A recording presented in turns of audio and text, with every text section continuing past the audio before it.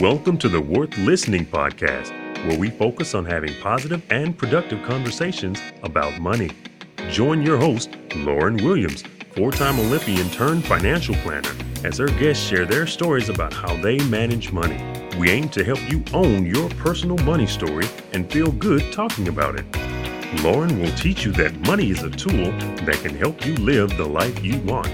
You should feel comfortable listening, sharing, and communicating about it. And now, here's your host, Lauren Williams.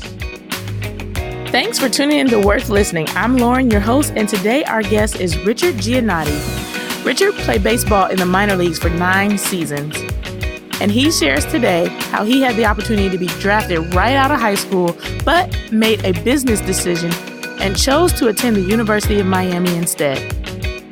In addition to telling us how money works in baseball, we talk about how he weathered the financial crisis of 2008, life as a pro athlete, the cost of playing pro sports, and why he decided to become a financial advisor with a focus on helping athletes. We finish with what he believes are the most important things to look for when choosing a financial planner based on his experiences. Let's listen to Richard share his money memoir. All right. Today I have Richard Giannotti on the podcast. Richard, thanks so much for being on. Thank you for having me. It's good to reconnect with you. It is. So for those that don't know, which would be probably everyone listening, G and I went to school together at the U. That's right, baby. Yes. Everybody has so much pride in it. It's awesome that it keeps resonating around the professional sports world. Definitely. It is a school of all schools. If you haven't gone to school yet, you should consider going to the U. Free advertisement for them. Plug it. All right. But we're here on this podcast to talk about you. You're going to share your money memoir with us today. So let's just start kind of at the beginning. Tell people a little bit about you. And once you've given us a little flavor for who you are, then tell us your first memory of money. All right. Sounds good. So I grew up in South Florida. So for me, being a baseball player, I played all sports. I went to a really powerhouse kind of high school, St. Thomas Aquinas, which is known for its academics, but also for its sports. The biggest thing I remember growing up is I always wanted to wear the orange and green. I remember going to games when I was a little kid, whether it was football or baseball, and just I can imagine myself putting on those uniforms and creating some of the memories that I got to be a part of in the stands. And I wanted to create them on the field. And I got to live that dream out. I was in a unique position. A lot of baseball guys that are prospects coming out of high school have an opportunity to get drafted, and I was fortunately one of those guys. Going through that process was a pretty scary one. I was only 17 years old, and I had a great support system with my mom and my dad and my family who pretty much let me be the one to make the decision. But at the end of the day, I always leaned on them for a lot of guidance, because I remember waking up the morning of the draft as a 17-year-old kid, and I was one of those guys who could never keep on weight. So I was like a garbage disposal. I put every kind of food in my mouth trying to keep on weight. And that morning I had so much butterflies, I couldn't even eat breakfast. I didn't know what was going to happen. And ultimately the Marlins called pretty early on, and I kind of had a dollar amount in my head. And at the time, what the dollar amount signified was what I was willing to sacrifice for an education. And now if you fast forward, it feels like 18, 19 years later, that dollar amount signifies something much different. That dollar amount signifies your opportunity to succeed and what the money says in a professional limelight. The money is important, but more importantly, it's where you stand in the organization, because in baseball, you're going to fail a lot. So I went to the University of Miami for 3 years. I turned down a lot of money out of high school to pursue that dream. But I went to UM with a plan, and that plan was to continue to go to class and get my credits in line. So whenever I did go back, I didn't have a lot of credits to go and finish up, but I always knew that I was going there for 3 years. And then I'd be draft eligible again, and I'd still have age on my side, being only 20 years old. So fast forward to 3 years, I had incredible experience, made lifelong friendships. There's a bunch of guys still playing in the major leagues today, and we're all on a threaded text, just like I'm sure you are with a lot of your friends and everybody that you guys ran track with and did everything. So it's a unique bond that I'm so grateful that I was a part of. It really is a true family. But at the age of 20, when I started my career, this is my first memory about money, is that when you got your signing bonuses in baseball, a lot of times they'll split it up into two separate signing bonuses for accounting purposes for, let's say, 2017 and 2018. They gave me all mine in one shot and they didn't take taxes out. So I remember as a 20-year-old kid, when I went to go file my taxes and I owed Uncle Sam like 30 or 40 grand.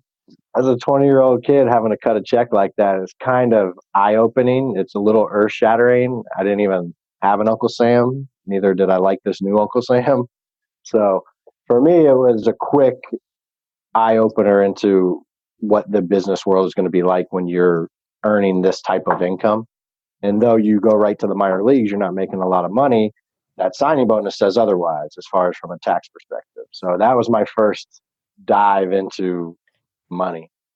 So growing up, you reach 20 years old, you get this fat check, you're like, oh my gosh, what do I do? Did you have someone to turn to say, what exactly do I do? Like you said, there's this Uncle Sam that you owe the money. Who told you there was Uncle Sam that you owed money to? Or what kind of habits did you have? And what were you thinking? Like, let's run out and spend it all? Or were you thinking like, oh, I have really good examples of saving and this is what I'm going to do? Did you have a clear plan at 20 or nah? I had no plan at 20, and I was on track to get my degree in finance, which I eventually went back and got. But you don't think about, you never have conversations like that. When I was coming out my junior year at Miami, the only people I really met with on the business side were agents. And I went through the whole agent process. You meet with all the teams and their scouts and everything like that to develop profiles on you. But thankfully for me, my father had an accounting degree at Providence College, was a former athlete. So I leaned on him a lot, but he also was a U.S. government employee. So he was kind of a no nonsense, always held me accountable. And I just remember him telling me with a shit eating grin on his face and this little laugh that he had, which was like, hey, bud, you owe some bills now. You got to start paying into some taxes. So with that, he kind of educated me a little bit, but not everybody is in that position like I was in. A lot of people don't have their parents in the picture. A lot of people's parents maybe aren't as adept to speak higher to that. So a lot of athletes are left in a position where they don't know what to do. And thankfully for me, I was in a situation where I was in a good place, but it's still scary. It really is. When you look back on it now, I think about if my parents weren't there, what would have happened? So, and teams are doing a better job these days with helping some of the Latin players that may not understand some of these rules and regulations, which is good. But you really do need to start developing a business team if you're going to be one of those athletes that are fortunate enough to go pretty high in the draft. That's going to garner a lot of signing bonus or income. Okay, so let's talk a little bit about what that process is like going pro. Like you said, you owed Uncle Sam some money, you got this fat check, but as a baseball player, are you a W-2 employee? Some tax money is already coming out, or is it you're an independent contractor and you have to be aware that money needs to be paid to this Uncle Sam guy and, kind of figure it out from there? Well, you are W-2'd by the organization that drafts you. They pay your checks, they pay your signing bonuses, they're on the hook, and they own your ass. And especially for people coming out, when you're in the amateur to the professional side, they own you for about 6 years, 5 to 6 years, depending on where you come out. So you're under what's called team control. And then once you get to the big leagues, another 6-year window clock starts where you go into arbitration and free agency. So they own you. You're an employee, you're W-2'd, your signing bonuses, earned income. Unfortunately, now there used to be a lot of things that you could deduct, like your agent fees, your financial advising fees. And now with the new tax laws, you can't deduct any of that stuff. So thankfully, I had a few guys that were drafted pretty high the last couple of years that they were able to slide in one more year of deducting those when they just filed their taxes, because that could be a big number. You sign for $1 million, your agent's taking 4%. Can't write that off. That's just one little issue that I think a lot of high earners are going to start coming into grips with. For sure. Another thing you brought up, you said earlier that you were a finance major, but you got this first check and you didn't know what to do with the first check. Maybe shed some light on like the idea of what you learned in school versus what personal finance is and the gap between the two things. So there's book smart and then there's street smart. I grew up in South Florida. I'm the only one in my family born in South Florida. Everybody else in my family is born in New York and Connecticut. So I grew up every single holiday in Brooklyn and Connecticut, New Haven, Connecticut. So I always had that street smart kind of mentality. So even though I signed and I knew I had to pay taxes, there's no such thing as a free lunch. But what you learn in a classroom is not what you see on a day to day aspect as an athlete or as just a regular employee. It's vital to understand general concepts and certain things, but when you start honing in on what an athlete does day to day, that's not really being taught in the classrooms. And I could understand why. Maybe in a master's level program where it's really detailed and intricate.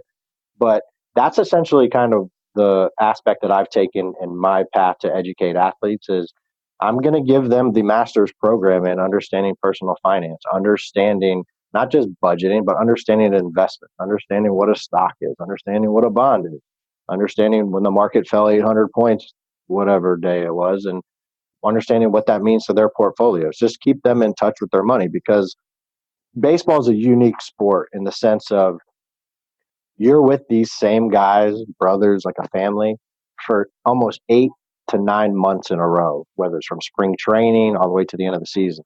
And you're in a different city when you're on the road every 3 or 4 nights. And sometimes you're getting in at 2 a.m. and you have to get up and try to get on a normal routine, eat, go work out, be at the field by 1 or 2 o'clock, stretch, throw, work out, games at 7, game ends at 10, and you don't go to sleep before midnight. So all of a sudden your sleeping pattern isn't really conducive to staying in touch with your money. And I learned that really early on. And thankfully I had my parents involved, and then I eventually did get a broker because a lot of other athletes were getting a broker, and that ended up being a really bad decision for me. Okay, well, let's pause and talk about that a little bit, because I think one of the biggest things we fail to do sometimes is realize that, yeah, we make mistakes, but you can also learn from those mistakes. You can move on from those mistakes. You are alive and well after those mistakes. So what was it like getting a broker, and what went wrong? So I want to preface this by saying, not all brokers are bad. Not all financial advisors are bad. Unfortunately, we hear about the stories in the media, and it's not a true showing of exactly what is out there in the world of the advisement financial planning world. For me, it's one of those things where I was with a broker because I knew other athletes were with this broker. So to me, that was credibility, and the guy seemed smart. And what I come to realize is he was very greedy. He was very all about himself. He never came to see me. He never had established a real relationship with me, but he just talked to me enough to keep me along, and I didn't have anywhere else to go. And then I went through 2008. So as a 24-year-old kid going through 2008 with losing 30% of your money is scary as hell. And then to not know how to move my account, how to change my account, how to do anything like that, or who to take it to, I freaked out and I lost a lot of it. And I had an injury that year, so I didn't know if I was ever going to play ball again. And for me in my career, on paper, I was a can't miss prospect. I was 6'3", 210. I ran a 6'5", which is like close to a 4'4", so I could run, I could throw. A 6'5" 40? 6'5", 60. Come on now. I used to go in the backfields with Kelly and Antrell and all those guys. I used to run a 4'4", but I can't do that anymore. But on paper, I was a can't miss guy. And what's important to understand about that is you don't play the game on paper. And, I eventually had 3 surgeries, and I was like a great insurance policy in the higher levels, and it just didn't work out for me. And if I would have had somebody there beside me to hold my hand, kind of educate me, kind of talk me off the ledge, I probably would have kept my money in the market and not panicked, and I would have been able to ride it out or made some adjustments to my plan at the time. Before, there was no plan. It was like, oh, this guy's smart and he just tells me he's going to do whatever he wants to do. And then I eventually got hurt because I didn't trust him. And I think trust is the most important thing in doing what we do. Right.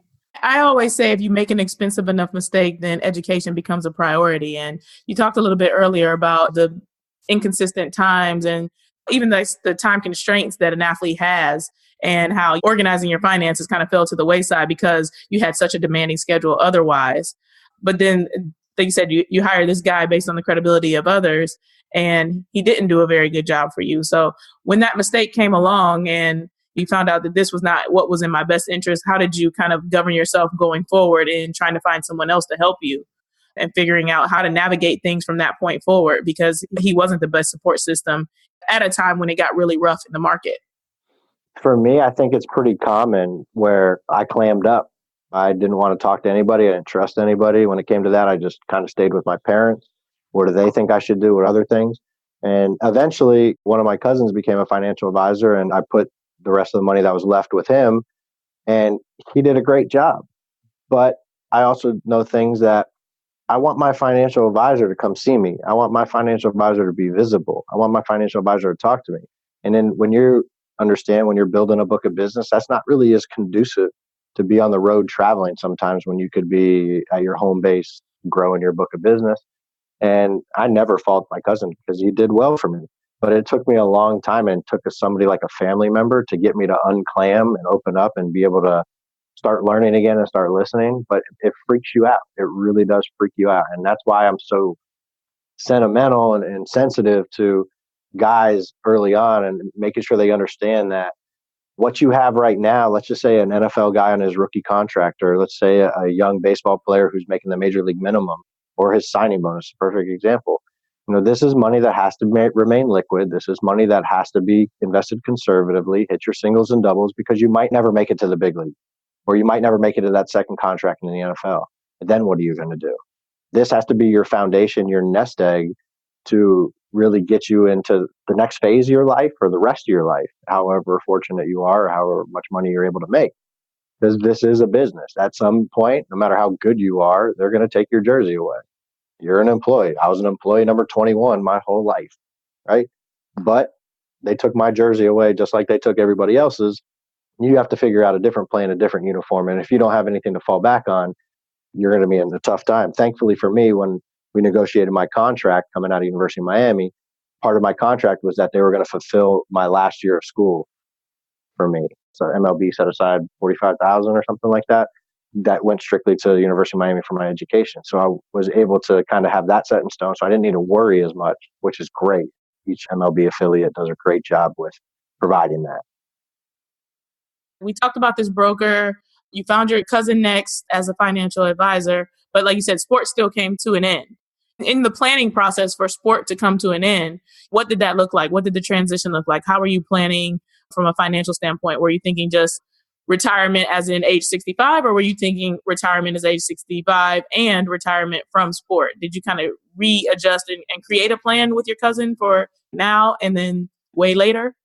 The thought about retiring when you're 29 is scary as hell as an athlete. It's all we are ever wired to do. Okay. So from the time I picked up a bat or threw a football or you hit the blocks and we're running on the track, like, or the ice, that's all we're programmed to do. We're wired a little bit differently than most, and that's why we can be successful. We're completely okay with 6 a.m. workouts and then having to go to class or having to do this and that and then doing 2-a-days. That's exactly how we're wired. And when all of a sudden you take that away, you have an identity issue. And when your identity seems to be cloudy or you don't really recognize the man in the mirror, so to say, it's scary as hell. And for me, I always thought whenever I'm done, I want to be around sport. It's taught me too much about life. I think what I learned, I always say this, what I learned in between the lines of baseball, I would have never learned in any classroom. And that's how to deal with failure, being in a competitive nature, playing together as a team. And I think that's why in the business world, a lot of former athletes make good businessmen, businesswomen, because of the trades that you learn chasing a professional sport. But just like you learn in your professional sport and mine, is never going to apologize to you. Baseball never said, I'm sorry. So I kind of always took that mentality like, hey, man, I got to make another plan. You always have to have the ability to adjust on the fly, make adjustments, whether it's an in-game adjustment while you're playing or it's a life-altering adjustment moving on from playing. And it wasn't easy for me. And I had a degree. I went back one off season, I think 2 or 3 years into my career, and I knocked out my degree. So I played another 5 years knowing that I already got this paper in my pocket and I don't have to worry about it. A lot of guys aren't in that situation. So they continue to play longer and longer. I played about 9.5 years and was never able to fulfill a long-term big league lifestyle and dream, but it taught me a lot. I really built up a vast network, but I always knew when I was done, I wanted to be on the business side of sports. Then it was, all right, do you be an agent? And I didn't want to be an agent. Do you want to be on the front office side, which kind of piqued my interest? But I've been leaving South Florida where my friends, my family, my relationships were, and since I was 20 years old. And I wanted to have a little bit of stability in my life, and I wanted to build that in South Florida. So what I did was I did the one thing I said I'd never do, which is to be a financial advisor. And I think for a lot of people listening to this, it'll make sense kind of knowing what I went through because they read about a lot of other things. And fortunately for me, I didn't lose millions like everybody else did, but I lost a lot and it hurts. I don't care how much you lose, it sucks. Right. So for me to actually go down this path was a little bit daunting. I felt hypocritical, but at the same time, I realized what's important is what I represent and what I reflect. Maybe these other guys that were misrepresenting athletes or not being there enough for athletes, maybe that's how they were wired. These are all questions I asked myself. And I always said, you know what? I'm going to be exactly what's important to me. I'm going to be exactly the kind of advisor I would have wanted, which means I have to be visible. I have to be willing to travel. I have to be willing to create a relationship with them. I pick up my phone call after midnight for guys on the West Coast. I get my ass up and I see them. But routine and structure is so important. So if you don't have those two things, which is what we learned as athletes at the professional level, especially, is you don't have the routine, you don't have the structure, things are going to fall through the cracks. And I have a responsibility to make sure things never fall through the cracks.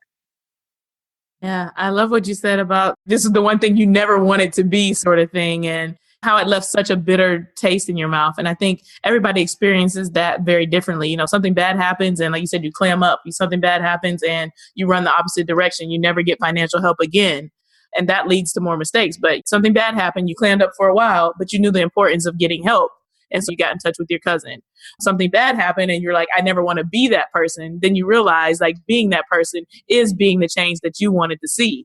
You have an opportunity to help someone else, to be an option for someone else so that they don't have to bump into that crappy advisor who doesn't care about them and do what needs to be done. Because who better know an athlete than an athlete who's already been through this process and then has went on to get the education that they needed. So you've learned via experience, you've learned via book education, and you are that athlete. You know what it's like to be crapped on or to not get the service you need and to go above and beyond to be able to reach that. I just really love that it was a story of like, yeah, I didn't feel so good about it, but I gave it another try. And I also actually turned into an option. You didn't turn into that guy, but you turned into a better guy. Exactly. And I think it's important for everybody listening to this and everything that you represent and everything you're saying is so important to not be scared to make a mistake. We don't learn from doing things right all the time. We learn from fucking up and failing and just making sure we're smart enough not to make the same mistake twice, right? It seems cliche, but it's so true.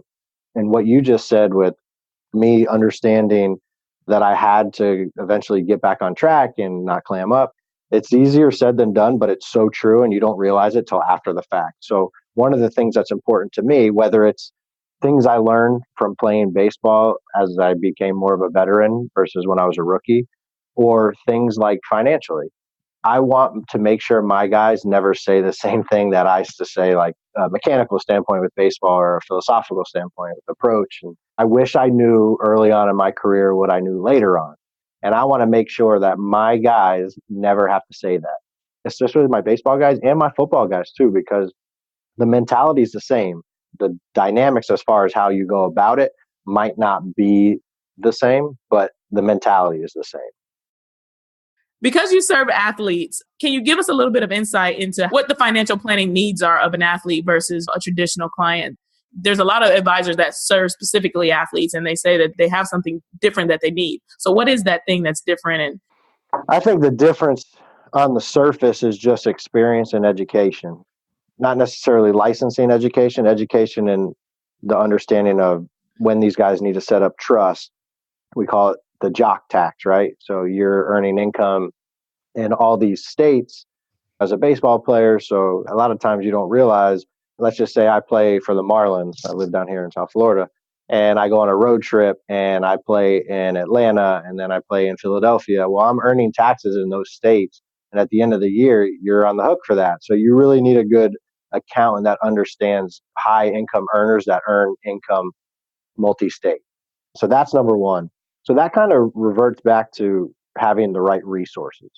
I think what separates an advisor, financial planner that works a lot with athletes versus one that just works with maybe just retirees or people planning for retirement is the resources you could provide. Because even though I'm not a CPA, I do have a sports accountant that works with a lot of athletes in all the major sports that understands these guys' unique needs and understands how these guys get taxed, and most importantly, can understand how to save them money. So that's number one, the resources. Another thing is having estate planning, having an estate planner that can set up a trust. Maybe some guy starts his career or some woman starts her career and they don't have a family yet. And so they just really have to just worry about this financial plan for themselves. Well, what happens when the game changes? What happens when they start having a family? Well, your needs change, your income changes, your expenses should change, your estate planning changes. So you need to have a lot of those pieces in place. So I think that's the major difference between advisors that work with athletes is they have those checks and balances in place that they may not directly provide, but they're at their resource and they're trustworthy people that they know are not going to drop the ball, because I'm essentially trusting this accountant to get back to this guy in the same kind of time manner I would get back to the athlete. And I just make sure everybody I work with on the business aspect understands what's important to me. And what's important to me is time equals trust. If one of my guys calls me and I'm in a meeting or I'm away, like I call back right away, or I'll text back right away and say, hey, listen, I'm just finishing up a meeting. I'll call you back, because that time equals trust. And I want to make sure everybody else I bring into this family that is going to provide some sort of job or resource clients, I want to make sure that they understand what's important to me and getting back to my guys right away. I think that's a really important point, is to feel like you are connected to this person, that you have a relationship with them. It is a business relationship, but that I can count on you. And when you're trusting someone and you don't know all the different moving pieces of your financial plan or various aspects of your life, and you're trusting someone else to handle something for you, you need to know that they're going to be responsive when you do have a question. Exactly. And I have a rule. I make sure all of my guys, whoever we're going to do business with, meets them. A call is nice, but FaceTime's nicer, or web chat's nicer, but physically meeting them is a must for me. So I don't want anybody to have to come back to me and say, hey, who's the guy that's really doing my taxes? Or how long has this guy been an estate attorney with my plan? And I just don't ever want those questions to come up. I want everybody to always feel comfortable, because this is a team we're building. So everybody needs to be in the know. Yeah. Can you talk a little bit about the cost of being an athlete? I think that's something that a lot of people don't really understand and don't realize, that there are costs above and beyond. They hear the glamorous lives of a pro athlete and they think that, you make all this money and it's all gravy, but there are some costs of being an athlete, both money wise and that are intangible. Can you talk a little bit about that? Yeah. So I tell guys, you're going to live in a lifestyle that's going to be very enticing to spend a lot of money, and a lot of money fast. So when I feel like there's a guy that I need to put the clamps on a little bit, I'll put the clamps on until he shows me otherwise. And there's other guys that are really interested in investing, and I give them a little more free reign. But the lifestyle is very enticing to spend money, whether it's out clubbing or whether it's buying this car or buying that car. I try to explain to them from an early point in our communications is, you're a young athlete and you got a lot more money than everybody else your age, but it doesn't mean you got to spend like it. I tell my minor league guys, you better start living like a minor leaguer. Well, even though you might have signed for 600,000 or a million or whatever it was, if you don't understand how to stretch a dollar now, you're not going to know what to do when you start getting 35 grand every 2 weeks, making the minimum. So what I tell them is, you start living like a minor leaguer now, which makes you appreciate those paychecks that you're getting and you're earning once you get to the highest level. So, that's one of the things I try to iterate. Another thing is, the cost of being an athlete is, you got a lot of people's hands in your pockets. That's why it's so important to have a team around. So that athlete could be like, oh, talk to my financial advisor or talk to my PR, my publicist, because those people should be put in place to deflect away any bad investment. My job is to make sure that I keep as many hands out of their pockets and make sure they're doing the right investments. If we're doing some alternative investments or investing in some properties or some real estate. So I try to keep as many hands out of their pockets, because I know not everybody is trustworthy. Let's just call it like it is. So people see athletes and they have a target on their back, and that kind of lifestyle, you're going to have bills for this car or bills for this, where do I live? But I try to explain to guys, it's okay to pay certain things. Those certain things are investments back into yourself and your career. So, for example, living in Florida in the off season for a baseball guy, for example, because he's going to train down here and he'll be able to be outside all year round and not worry about bad weather up north. All that stuff is going to help your career. So you're investing in yourself. So there are necessary expenses you're going to have, but when you line it out in a plan, it's easier for these guys to understand, because a lot of them don't understand that. They just think like, I can't touch this money. This money's for whatever, and I just got to. And you don't necessarily have to be that strict, but as long as you're investing back into yourself or your career, it's important. Now, taking mom and dad out, buying mom a house, buying dad a house, all those things are nice, but let's do that when we have some discretionary income. Let's do that when we're on a contract. Let's save all that stuff for a later date, because I understand the emotional side of it. You want to give back to somebody that meant so much to your life and was a huge part of where you're at today, but there are other ways to do it. And let's just say you're a baseball guy and you sign for like $1 million and you end up getting like 600,000 after all said and done. You don't need to be going and buying all these people all these things, or go get a used car with miles on it. I tell people that all the time. You don't need the brand new Escalade or the brand new G-Wagon with no miles on it and you're paying top end dollar. Like, if your lifestyle, you need to have a car, you need to buy a car, like, nobody's going to know this thing has like 20,000 miles on it. Who cares? Like, you're probably only going to have it for a few years anyways. So it's investments like that. And, I have a good auto guy that I trust, that I takes really good care of my guys and understands what's important to me about educating these guys and not sticking them in something just to get a commission check from their end of it. So it's all part of the team that I've built around me that is basically at disposal for these young guys. Yeah, I think it's a really big thing to be able to have someone to go to and say, hey, I'm thinking about buying this. Should I or shouldn't I? And be able to get that advice on even the little things, because so frequently people think of a financial advisor as someone who only does investments. And that's not what a good advisor does. A good advisor should be able to help you with all aspects of your finances. And no question should be too small or too big or something that's outside the scope of what they can at least help you find. They may not do the estate planning documents. They're not the lawyer, but they can introduce you to someone and they can hold your hand through that process. Exactly. And I think that's what we represent right now in doing what we're doing. Is everybody kind of puts out there, we do full-fledged financial planning, this and that, but it's much more than that. It's understanding and it's being able to talk to you, the athlete, and say, hey, listen, if you have a question about something, just text me, pick up the phone and call me. I don't know unless you get involved. This isn't a one-way street.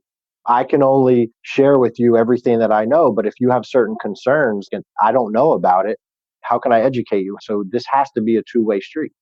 And I want them to understand that they can call me for anything, because it's like you just said, like, they need to be involved and they need to be able to call you, even if it's something very little or minute. Like, they need to be able to feel comfortable with you to call you. I just got off a call with one of my NFL guys going through the draft process. He's doing all his private workouts and he wants to come home. And I said, all right, well, what do you have to do? And he would just normally probably book a flight home and this and that. But after talking to him, he was like, you know what? I probably should stay an extra day in case I need to do some extra work here, this and that. So just having the trust in me to understand where I'm coming from might put him in a better situation. Well, let's just say, what, he's going to have to fly back to wherever he's at right now if they need an extra meeting. So these guys get engulfed in this draft process, and it's really hard to imagine what they're going through if you've never been through it. I've been through it twice out of high school and college, so I remember what it's like. So I try to just make sure, like, hey, let's not forget about this. Hey, let's not forget about that. And just give them refreshing points and just keep their head on straight, because it is stressful and it's a lot and they need to enjoy the ride. Another thing I like that you said, you were talking about like this $1 million. I think $1 million is still that number that everyone throws out. Like, oh, I'm a millionaire, or, oh, I want to be a millionaire, or it's just a million. But $1 million is not $1 million, because immediately this uncle has to get paid no matter where you get the $1 million from. So whether you're hitting the lottery or you are a business owner, you're an NFL player, you're some other sort of professional athlete, your 1 million is never 1 million. It's a lot less than 1 million. And so initially coming out and becoming a professional athlete, this is your first big paycheck. It is more money than you've ever seen. But whatever the amount is, whether it's 1 million or 2 million or 3 million on up, the more you make, the more that disappears. So if 40% of that is always disappearing, and this is just your first year of doing it, you've always got to be cognizant of what's the plan going forward and thinking about that. Yeah, this is more than I've ever seen, but at the same time, what if this was it? It feels like I'm at the beginning of something, but at any point I could fall down, break my leg, and it could be over. And it's really important to have them understand where that quote unquote 40% is going. So I take a lot of my guys through a little analysis and just show them, I'll have like breakpoints of 500,000, a million, 1.5, 2, and 3. And I'll say, all right, where do you think you're going to get drafted?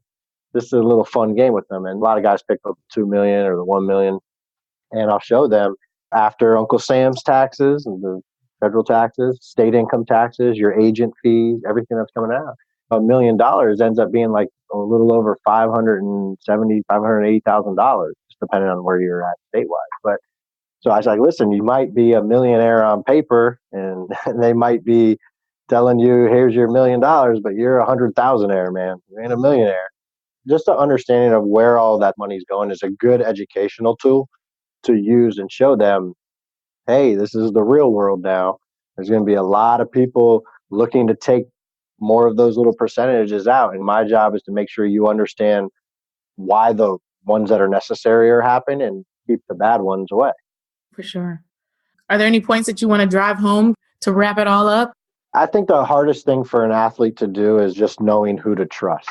That's one of the questions I get all the time when I've met with people and I've done interviews and they want to talk about the business side of sports. And one question that always seems to come up is, how do athletes know who to trust? And the reality is you don't. You really, really don't. And I tell guys all the time, if more athletes went through the process of selecting a financial advisor like they go through in the process of selecting an agent, where their ego's getting stroked and they're getting taken out to dinner and they're getting this and that from all these agents, then they end up picking the agent they want, and then they don't go through the same process with the financial advising side. And I'm a big believer, and I'm not connected with any agent for this reason, that you should always keep your money separate from your agent. Let your agent do his job. Let him negotiate your contract. Let him do your marketing deals, and let your financial planner do all your financial planning.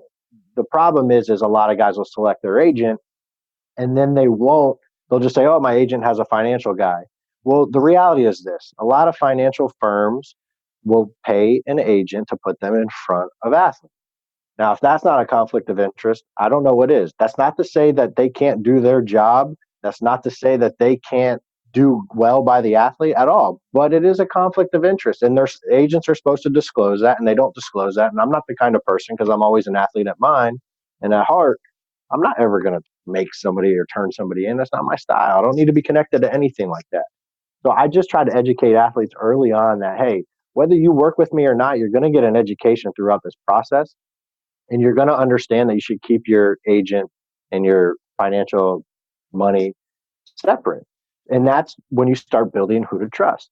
Who to trust, you really have to trust your gut instinct, and you have to have people around you that you can bounce ideas off of. And most importantly, it has to be somebody that's willing to look you in the eye and say, hey, listen, I'm not going to guarantee you anything. The only thing I'll guarantee you is that I'm going to bust my ass for you, and I'm always going to be available to you. We don't know what the markets are going to be like sometimes. That's out of my control.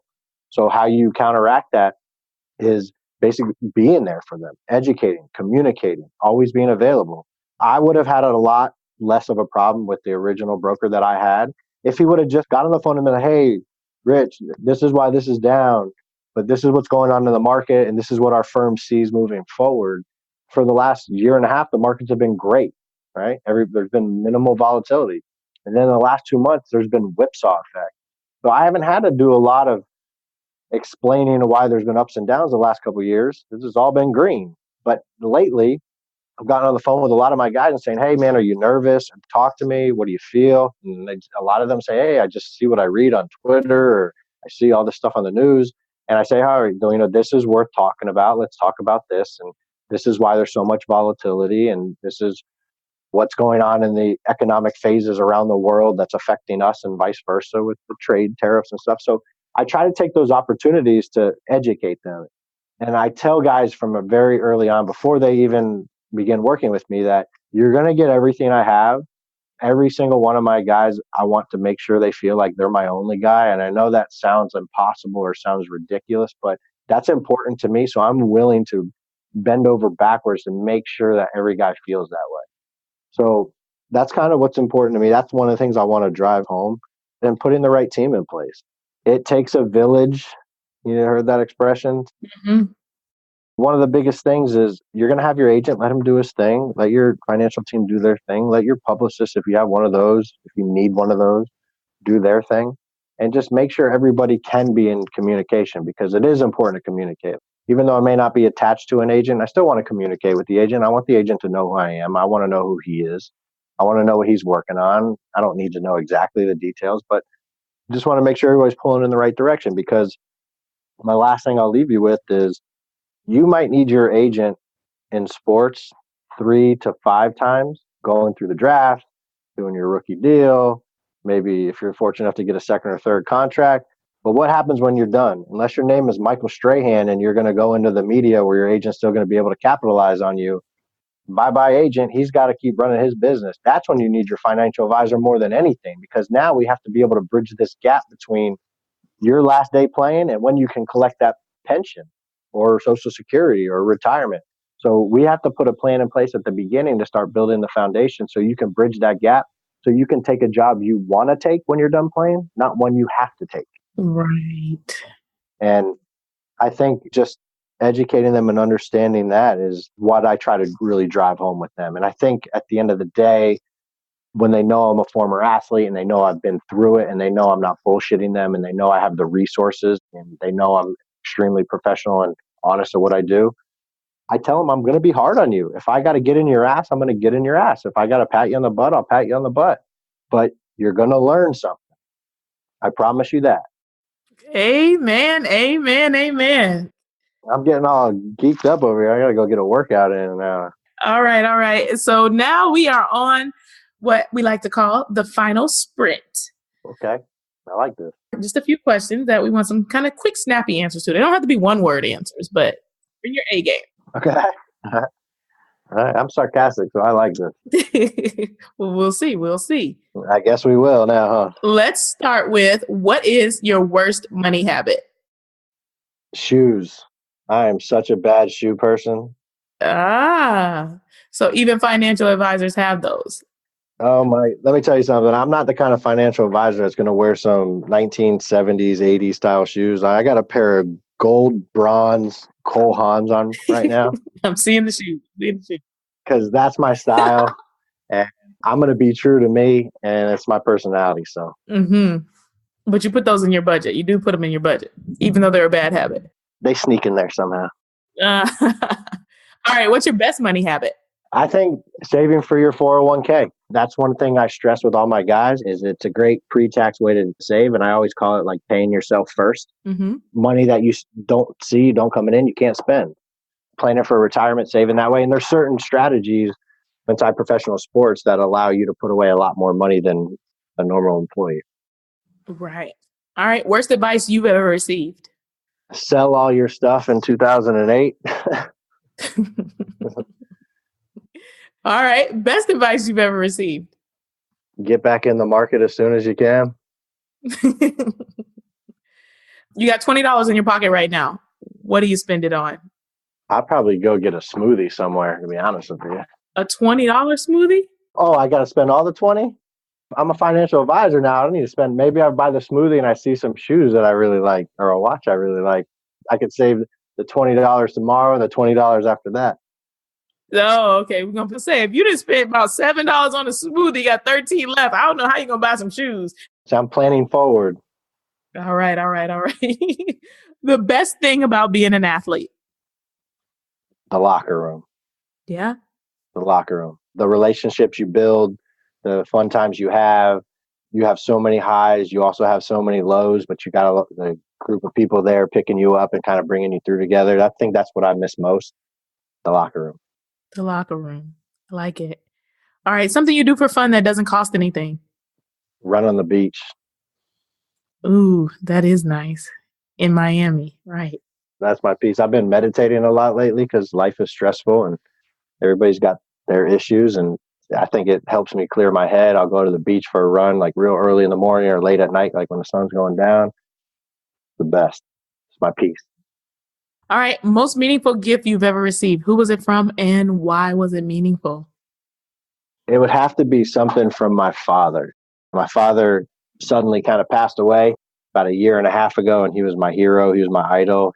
He meant everything to me. He kicked me in the ass when I needed it, and but he was always there for me. He was always there to push me. Probably something that he gave me out the top of my head. Like I can't think of anything. He used to always take me golfing with him all the time. Those are the kind of memories and laughs that you never forget. So I think just having him in my life, and my mother was a huge part of who I am and my development. But my dad was my hero. Yeah. The gift of time spent with you, because so many people don't have their father around. So you don't notice it till you have it taken away from you. So I tell my guys all the time, make sure your family is there with you in every major moment of your life, because you'll always look back on, and those are memories that I cherish the most. For sure. For sure. All right. Our final question. Can you share with us something that you would like to improve about your personal finances in the upcoming year? Yeah, I think I'd like to buy more real estate, to be honest with you. I think we're going to continue to experience a lot of volatility like this. It's going to definitely create value in the market for active money managers, which, we have our team in place. But I think the way to diversify is real estate. There's a lot of things going up around here in South Florida, out east where I live. And I think getting involved with some projects is to get some money away from the volatility and get into a hard asset like some more real estate. I think that'd be something I want to do this year. What's the action item that would make sure that you definitely got that done in the upcoming year? I have real estate people in place that are actively looking for me at all times. Technology is crazy. They have an app. I download the app. I look at all the places that are for sale in the area that I'd want to look in. I've done a lot of research and understanding market development on the real estate side, where there's a lot of buildings going up that are going to increase the value of the neighborhood. So trying to find maybe a distressed property that might need some renovations, and you have the right people in place for the renovations, which I already do. So just putting all those pieces of the puzzle together, so when you do find a property, you can go ahead and pull the trigger on it. So I'm always looking around properties. I kind of like all that stuff. Now, I have no architectural gifted or anything like that. Like if you were to see my place, you'd be like, oh, a single guy lives in this condo. But that's what I pay the right people to make it a good investment. So, right. All right. And so last but not least, shout yourself out. Tell us what you're up to. Tell us how we can support you, where we can find you. This is your time to shine. Shoot, I feel like I'm in an airport or an airplane a couple times a month, but I'm very active on Instagram and on Twitter, _Giannotti, at GIANNOTTI. I always love to talk with people and answer questions, and it doesn't have to be financial. I like talking about life and certain motivating things. I've started to do a lot more speaking engagements around the country. I just wrote my first article on Kiplinger, which is really cool. It's a financial publication just about athletes and high income earners and taxes and investment planning. I'm going to start rolling out a website called GiannottiSpeaks.com, which is in process of taking everything through compliance. And, can be quite a holdup, but I get it. I don't like it sometimes, but I get it.